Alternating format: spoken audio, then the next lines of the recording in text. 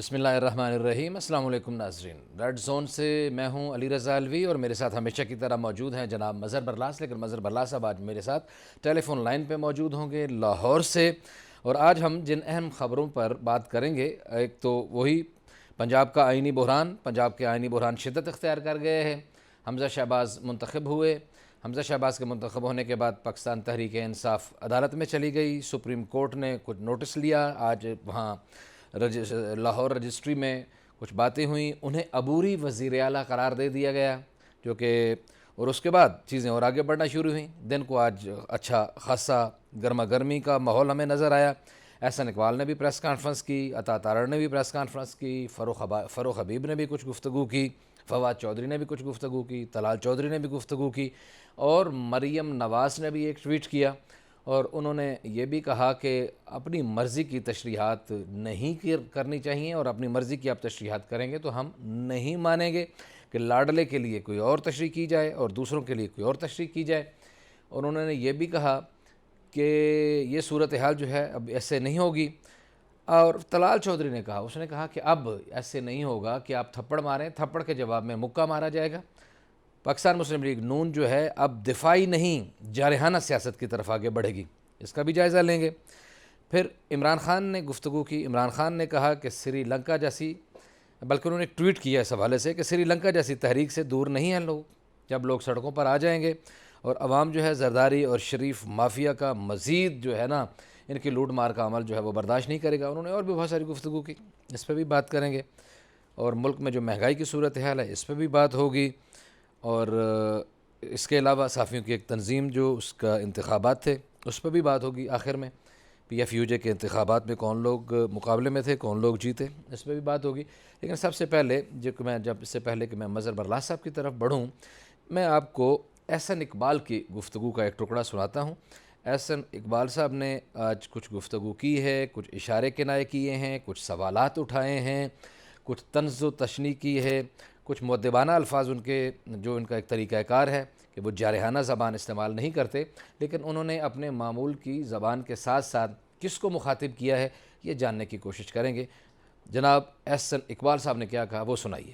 مسلم league نون کے M P اے تو یوں نااہل ہو جاتے ہیں، نواز شریف صاحب کو تو کھڑے پیر 10,000 درہم اپنے بیٹے سے تنخواہ نہ لینے کے اوپر نااہل کر دیا جاتا ہے۔ نہایت ہی دست بدستہ سپریم کورٹ سے عرض کرنا چاہوں گا کہ وہ کون سا قانون ہے، وہ کون سی سلیمانی ٹوپی ہے۔ الیکشن کمیشن سے پوچھنا چاہوں گا وہ کون سی سلیمانی ٹوپی ہے کہ یہ شخص کروڑوں روپے کی ممنوع فنڈنگ لے، کروڑوں روپے کی خرد برد ریکارڈ کے اوپر موجود ہے، اور 7 سال سے اس کو کوئی ہاتھ نہیں لگا۔ کیسا لاڈلا ہے، کس کا لاڈلا ہے؟ یہ پاکستان کا آئین توڑ دیتا ہے، یہ پاکستان کے قانون توڑ دیتا ہے، یہ سپریم کورٹ کے فیصلے پیروں کے نیچے رون دیتا ہے۔ کسی نے نوٹس ہی نہیں لیا۔ عمران خان ہو سکتا ہے کہ اپنے لیے فورن فنڈنگ کیس میں جب اس کو پھندا ٹائٹ ہوتا نظر آ رہا ہے تو وہ اس قسم کی تجاویز دے رہا ہو کہ ایک قومی طور پہ کی جائے ریکنسیلیشن، لیکن کسی نیشنل ریکنسیلیشن میں فورن فنڈنگ کیس پہ این آر او شامل نہیں ہو سکتا۔ جی مظہر برلاس صاحب، آپ آواز سن رہے تھے احسن اقبال کی گفتگو کی؟ جی میں نے بالکل سنی ہے۔ جی جی، ایک تو میں الوی صاحب شروع میں دعا کرتا ہوں کہ حسب سابق حسب روایت کہ اللہ تعالی ہمارے اس ملک پر رحم کرے، جی یہاں غربت و افلاس کا خاتمہ ہو اور یہاں خوشحالی ہو۔ جی الہی آمین۔ احسن اقبال صاحب کی گفتگو سنی ہے، پچھلے دنوں بھی ان کی گفتگو سنی تھی جس میں یہ موصوف فرما رہے تھے کہ کرپشن کے ساتھ ساتھ ترقی ہوتی ہے۔ پتہ نہیں وہ کس آئین میں لکھا ہوا ہے کہ کرپشن کے ساتھ ساتھ ترقی ہوتی ہے، مجھے نہیں سمجھ۔ اداروں پہ چڑھ دوڑنا ہمارے سیاستدانوں کا وتیرہ بن گیا ہے۔ پتہ نہیں ہماری سیاسی جماعتوں کو، میں بحثیت مجموعی بات کر رہا ہوں، ہماری سیاسی جماعتوں کو کب عقل آئے گی کہ اگر ان کے حق میں کوئی فیصلہ آ جائے تو سبحان اللہ، حق اور پتہ نہیں کس کی فتح ہو جاتی ہے، صحیح، اور اگر ان کے خلاف کوئی فیصلہ آ جائے اور جس میں صریحاً اخلاقیات کا جنازہ نکلا ہو تو پھر یہ روتے ہیں اور اداروں پہ باتیں کرتے ہیں۔ صحیح، بھائی آپ نواز شریف صاحب کی بات کر رہے ہیں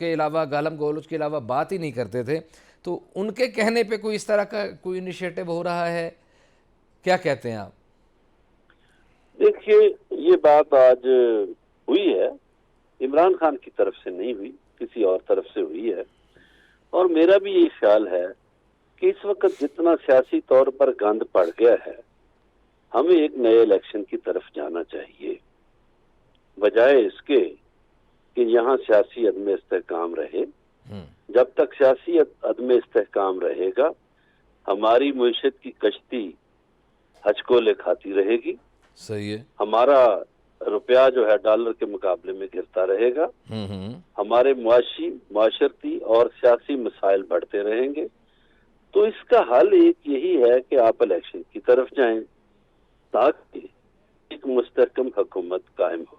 اچھا مظہر برلا صاحب، ایک آپ کو تھوڑا سا بتا دوں اور ناظرین کو بھی واضح کر دوں کہ ہم جس بات کو ڈسکس کر رہے ہیں ابھی، کہ کہیں سے یہ خبر آئی تھی کہ وہ انٹروین کر رہے ہیں اور انہوں نے کوئی بات ایسی کی ہے، تو D G I S P R کی طرف سے باضابطہ تردید آ چکی ہے، انہوں نے آفیشیل تردید کر دی ہے کہ فوج جو ہے، اسٹیبلشمنٹ جو ہے، وہ اس میں ملوث نہیں ہے۔ آپ بات جاری رکھیں مظہر برلا صاحب۔ صحیح ہے، ہاں جی، اب آ جائیے فارن فنڈنگ کی طرف۔ جی، فارن فنڈنگ میں میرے علم کے مطابق، میری معلومات کے مطابق 15 جماعتوں سے کوائف طلب کیے گئے۔ ٹھیک ہے، اب پی ٹی آئی کا یہ ایک مطالبہ ہے کہ جناب والا، جب آپ پی ٹی آئی کی فارن فنڈنگ کا حساب کرتے ہیں تو پیپلز پارٹی اور نون لیگ کا بھی کریں۔ صحیح ہے، الیکشن کمیشن نے 15 جماعتوں سے منگوا رکھے ہیں کوائف۔ صحیح ہے، میرا ایک پاکستانی شہری ہونے کے ناطے باقی قوم کا بھی یہی مطالبہ ہوگا کہ بھئی آپ سب کا حساب کریں۔ لیکن برلا صاحب اس میں ایک بات پھر عرض کرتا چلوں کہ یہ 4 سال کا فرق ہے۔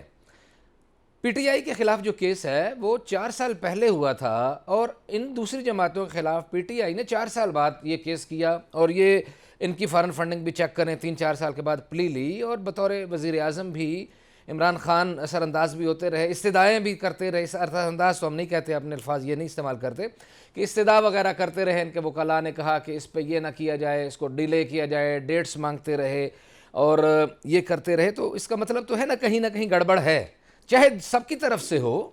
میں کہتا ہوں ایک 4 سال پہلے والا کیس کا فیصلہ پہلے ہو جائے، باقی کا پھر اس کے بعد گزارش یہ ہے ہاں جی کہ سب کا فیصلہ ہونا چاہیے۔ گزارش یہ ہے کہ جناب والا قتل کا فیصلہ تو فوراً ہو جانا چاہیے تھا۔ تو جو لوگ ماڈل ٹاؤن میں کوئی 8 برس ہو گئے ہیں، دیدہ دانستہ مارے گئے، شہید ہوئے، ان کے ورثہ بھی لڑتے رہے، ان کا فیصلہ ابھی تک نہیں آیا۔ تو میرے کہنے کا مقصد یہ ہے کہ فیصلہ، یہ کہنا کہ کیس دیر سے ہوا یا پہلے ہوا، اصل میں مسائل ہی علوی صاحب ہمارے ہاں یہ ہیں کہ ہمارے ہاں فیصلہ ہوتا نہیں، تاخیری حرب وکلا استعمال کرتے ہیں، یا عدالتیں استعمال کرتی ہیں، یا الیکشن کمیشن استعمال کرتا ہے۔ تاخیری حربوں کے بجائے آپ فیصلہ کریں اور سب کا کریں، یہ درست ہے، سب کا چہرہ قوم کے سامنے ہونا چاہیے۔ بالکل ٹھیک ہو گیا۔ اچھا، آپ نے بات کی تھی کہ یہ معیشت کے حوالے سے بات کسی نے کی ہے یا نہیں کی۔ طلال چودھری نے آج کچھ ایسی بات کی تھی۔ طلال چودھری نے کہا تھا کہ بھائی یہ نہیں ہو سکتا کہ پاکستان کو ڈیفالٹ سے بچانے کے لیے ہم قربانی دیں۔ ہم تو ان کی بات کا کہنا یہ تھا، اور بالکل آپ کو اور مجھے پتہ ہے، مظہر برلا صاحب اور ناظرین جانتے ہیں کہ یہاں تو بڑی ٹرولنگ شروع ہو گئی، اور ہم نے خود بھی بیٹھ کے، سچ کہنا چاہیے، ہم نے خود بیٹھ کے تبصرے کیے کہ یار یہ لوگ ملک کی نیا ڈبو دیں گے، اپنا سیاست بچانے کے لیے یہ چیزوں کو مہنگا نہیں کر رہے، عالمی معیشت کی جو صورتحال ہے اس کے ساتھ ساتھ نہیں چل رہے۔ پھر انہوں نے بہرحال ایک طوفان برپا کر دیا پیٹرولیم مصنوعات کی مہنگائی کے، بجلی کی مہنگائی سے۔ تو اس پہ طلال چودھری نے ایک بات کی ہے، کیا کہا ہے انہی کی زبانی سناتے ہیں، پھر اس پہ تبصرہ کرتے ہیں۔ طلال چودھری: پاکستان کو ڈیفالٹ سے بچانے کی سزا ہمیں یہ دی جا رہی ہے کہ ہمیں ہماری سیاست کو آپ پھر دھکا دے کے کنویں میں گرا رہے ہیں۔ ہم مجبور ہو گئے ہیں کہ ایک نئی مسلم لیگ کی طرح سامنے آئے۔ پی ڈی ایم نے آج اپنا رد عمل دے دیا ہے۔ پاکستان کی سب سے بڑی جماعتیں کوئی ایسا الیکشن نہیں لڑیں گی جس میں انہیں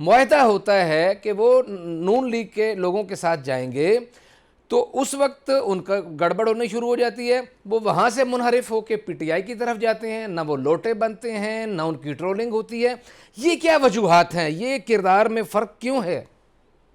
گزارش یہ ہے کہ عمران خان صاحب کو بھی اگر نہیں سمجھ تو انہیں سمجھ لینا چاہیے کہ پارٹی لیڈر اپنے پارلیمانی لیڈر کو کہتا ہے. اب پاکستان میں خوش قسمتی سے یا بدقسمتی سے اکثر و بیشتر پارلیمانی لیڈر پارٹی ہیڈ ہوتے ہیں، اکثر و بیشتر. لیکن جیسے پی ٹی آئی کے شاہ محمود قریشی صاحب تھے، جیسے پنجاب اسمبلی میں ان کے میاں محمود الرشید ہیں. جی برلاس صاحب بریک پہ جانا ہے، ذرا وائنڈ اپ کر لیں. پارٹی لیڈر پارلیمانی لیڈر کو ہی کہہ سکتا ہے یا اپنے ممبران کو میٹنگ کر کے کہہ سکتا ہے. جی ٹھیک ہو گیا جی کہ ان کا موقف یہ ہے کہ پارٹی لیڈر جو ہے وہ میٹنگ کر کے کہے یا جس طرح بھی کہے، ان کو پارلیمانی لیڈر کو کہے. بہرحال ظاہر ہے عدالت میں دونوں لوگ اپنا اپنا موقف پیش کریں گے اور دیکھیے عدالت کیا کرتی ہے. ظاہر ہے باتیں فوراً سامنے آ جائیں گی، 1-2 دن کی بات ہے. ہمارے ساتھ رہیے گا، ملتے ہیں ایک بریک کے بعد آپ کو.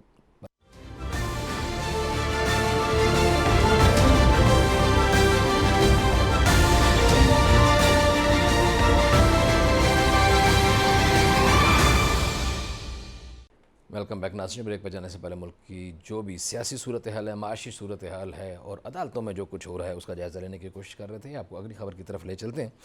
صحافیوں کی نمائندہ تنظیم Pakistan federal union of journalist PFUJ کے انتخابات ہوئے ہیں اور ان میں افضل بٹ کو صدر، ارشد انصاری کو سیکرٹری جنرل اور لالا اسد پٹھان کو سیکرٹری فائنانس منتخب کر دیا گیا ہے.